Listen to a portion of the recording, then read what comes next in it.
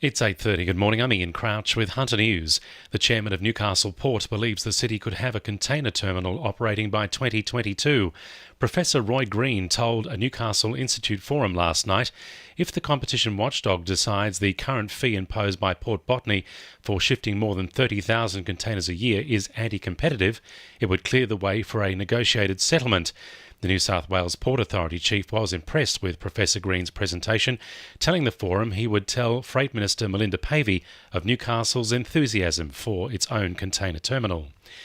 Disgruntled Newcastle bus commuters are hoping Transport Minister Andrew Constance sits up and takes notice when they present a petition to State Parliament this afternoon.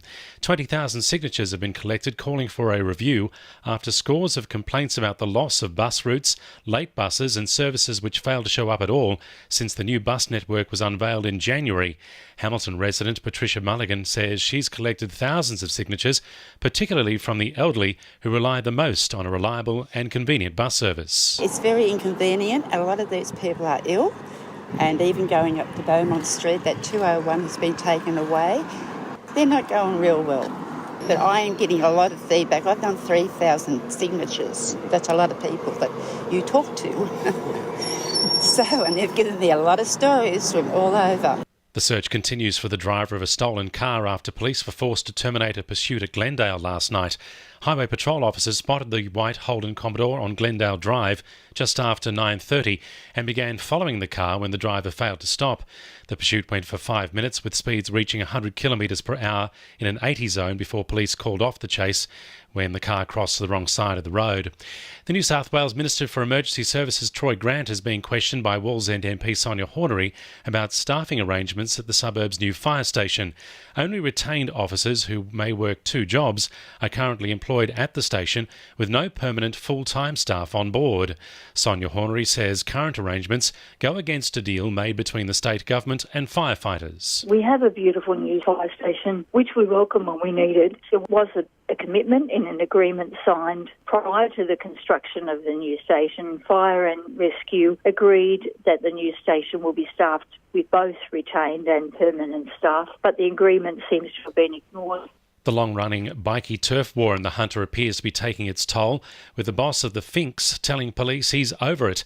Andrew Manners is one of 10 members of the Finks and Nomads who are fighting court orders aimed at restricting their movements and who they can associate with.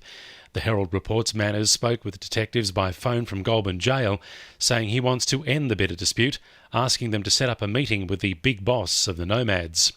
Maitland City Council is making pleasing progress on the rehabilitation of Walker Waterworks. Problematic weeds are being removed from the popular picnic site, while native vegetation will be replanted to protect the nesting habitat of the site's 140 species of birds and diverse fauna. Manager of Development and Environment David Sim says a state government grant has been used to create educational materials on the birds at Walker. We've produced a number of publications and signage along the Walker Trail to help people identify, and particularly schools who use the site quite often to identify various bird and fauna life in particular areas and to talk about the history of Walker generally. Sport for our sponsor PRD Nationwide East Maitland. Raymond Terrace lawn bowler Natasha Scott is just about to hit the Broadbeach bowling green ahead of the women's triples semi-final against England. It follows a comprehensive quarter-final victory over Northern Ireland last night. Meanwhile, Cessnock shooter Dan Rapaccioli has claimed gold in the 50-metre air pistol overnight to end his Commonwealth Games career on a high. Jets keeper Jack Duncan believes his team won't shy away from their attacking mindset despite 3 straight losses. The boys have been in a horror run of form, including 2 home losses. Duncan says when the goals come back, so will success. At the moment, I think we're just going to need to focus on what we do well, and that's scoring goals, and that's what we're looking to do this weekend. And it's always, it makes it easier on the whole team when I think we went through a good patch in the middle of the year where we're just scoring goals from everywhere, and I think that's what we need to get back to, and that's where we'll be successful.